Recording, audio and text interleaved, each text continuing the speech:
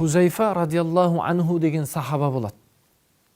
Ол бірде бала шағасын бағудан қатты қиналып қалады. Яғни тапқан таянғаны бала шағасына жетпейді. Несібеден тарылып қалады. Сосын оның жағдайын пайғамбарымыз саллаллаху алейхи уассалам естіген кезде Хузайфаға қарап: "Ей Хузайфа, неге истиғфар айтпайсың? Мен күніне 100 рет истиғфар айтамын ғой" деген.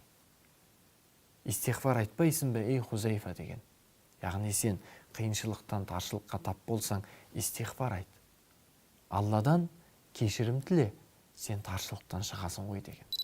Истиғфар дегеніміз қазақша айтқанда бұл Алладан кешірім сұрау деген сөз.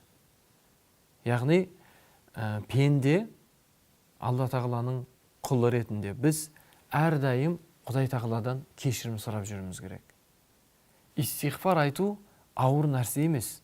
Сіз көлікте кетіп бара жатсаңыз да, сіз үйде отырсаңыз да, кез келген уақытта астағфираллах азим, астағфираллах деген сөздерді айту, ол өте тілге де жеңіл, және ол сіздің руханиятыңызды да тазалайды, өзгеге жамандаудан да тыяды. Сізді керісінше тіліңіз зікірде Алланы ұлықтауда болса, иншалла Құдай тағала сізді кез келген таршылықтан шығарады иншалла. Сондықтан истиғфардың пайдасы көп.